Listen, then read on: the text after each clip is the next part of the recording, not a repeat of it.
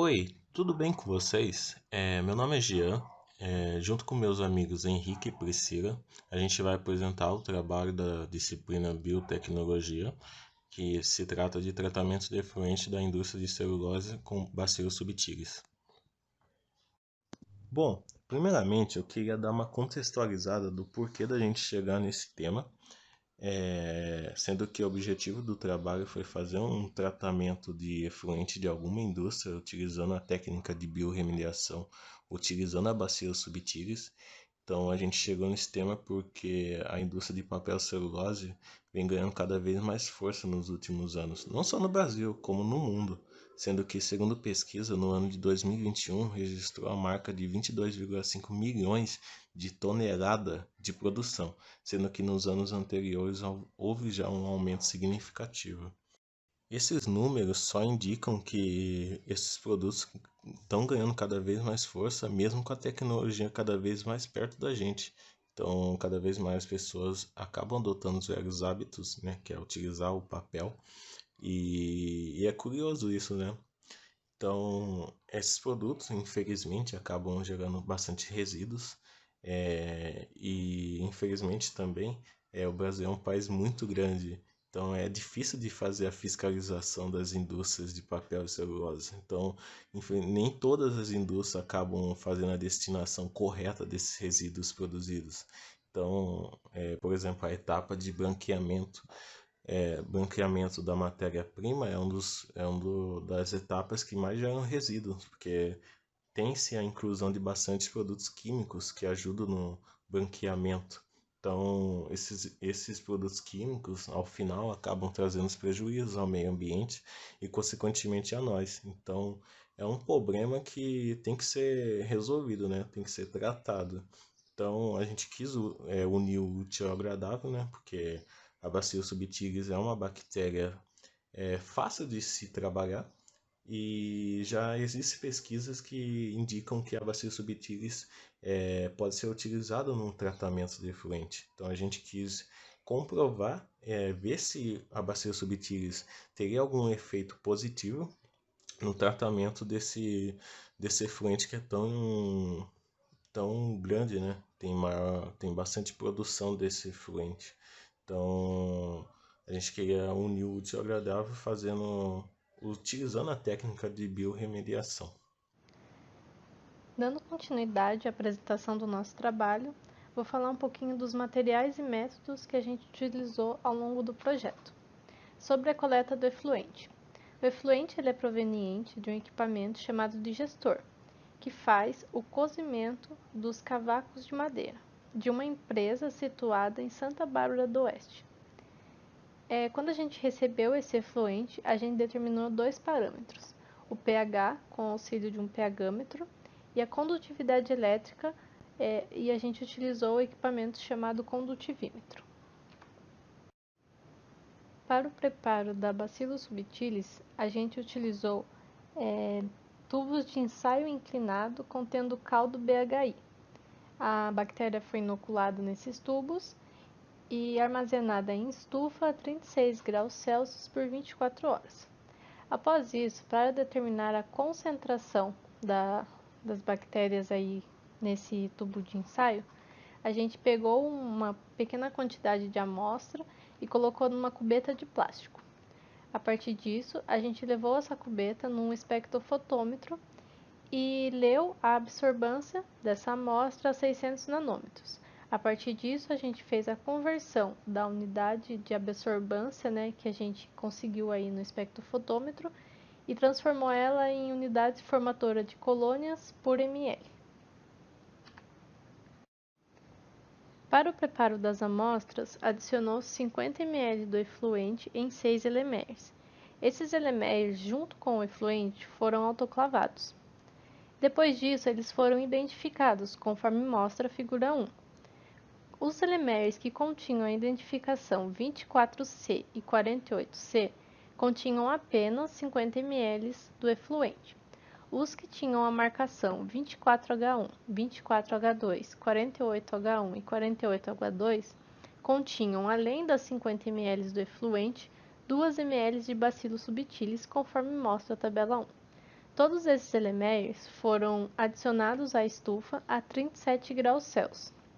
Os elementos identificados como 24, com a marcação de 24, permaneceram na estufa por 24 horas. Os que continham a marcação 48 permaneceram na estufa por 48 horas. Passado o tempo de estufa de cada elemento, foi feita a determinação de sódio e potássio.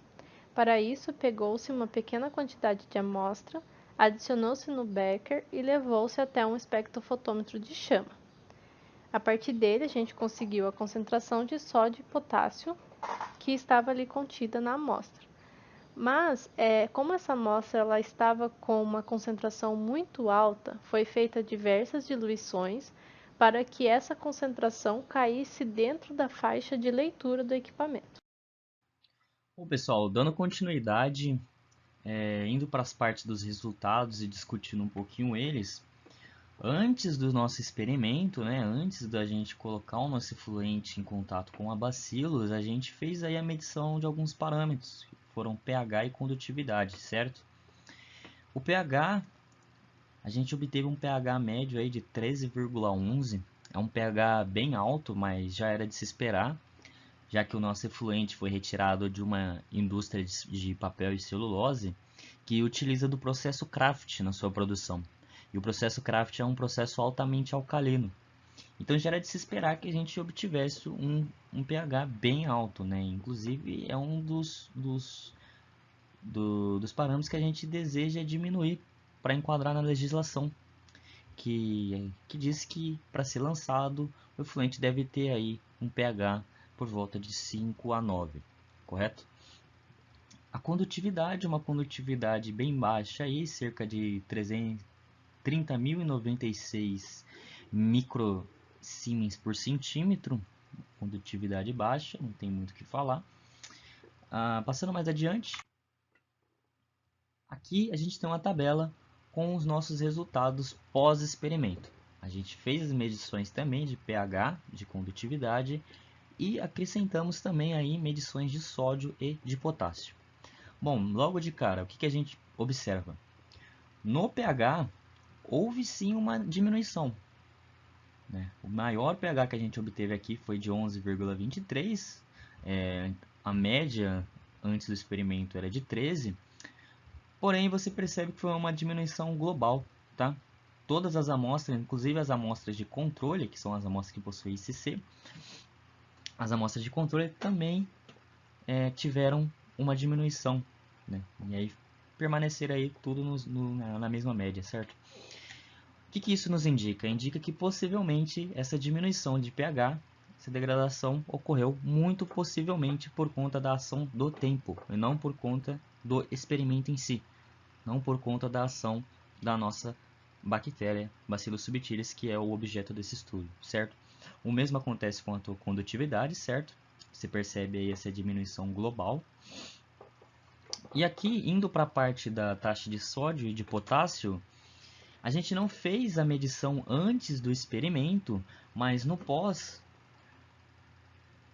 as amostras que ficaram 24 horas tiveram valores menores do que aquelas que ficaram 48 horas, ou seja, com o passar do tempo, a taxa de sódio aumentou, de 18 para 35, 26, 31, 18, 27. O mesmo acontece com o potássio, Na verdade, o potássio ele se manteve aí mais ou menos o mesmo, mas em alguns aqui obtiveram uma alta. Isso nos indica uma possível contaminação do meio, certo? Esse aumento de sódio conforme o tempo pode nos indicar uma possível contaminação do nosso meio, que pode ter, inclusive, talvez, influenciado nos resultados, certo? No geral, é isso. Então, a gente não obteve resultados satisfatórios, certo? Não foram resultados significantes que nos permita afirmar que a Bacillus possui aí uma eficácia no tratamento dos resíduos da indústria de celulose. Sobre a análise desses parâmetros que a gente escolheu, certo?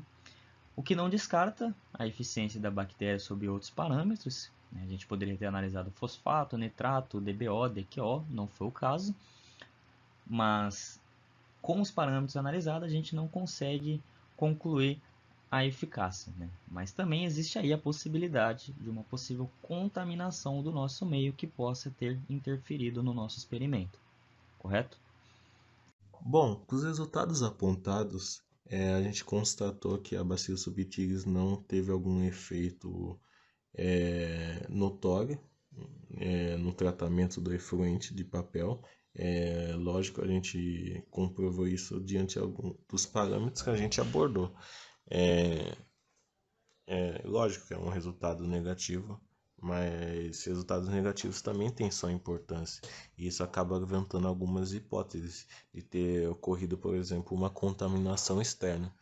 Pode ter ocorrido essa contaminação durante o manuseio da transferência de líquidos, né, do efluente para o e-mail, ou na adição da bactéria ao meio. Mesmo tomando todos os cuidados, são técnicas que são bastante difíceis e são fáceis de ter alguma contaminação.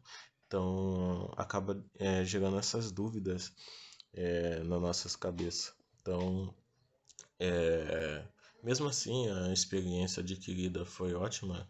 A gente teve todo o suporte das nossas professoras, que nos orientou. E mesmo com os resultados negativos, a gente aprendeu bastante. Como eu disse anteriormente na introdução, a Bacillus subtilis ela é comprovada que ela tem capacidade de fazer tratamento de resíduos. Então, o problema não é a Bacillus subtilis. O problema pode ser o efluente, que é um efluente que é muito forte, entre aspas, um efluente que não permitiu que a Bacillus subtilis houvesse algum tratamento notório, visível.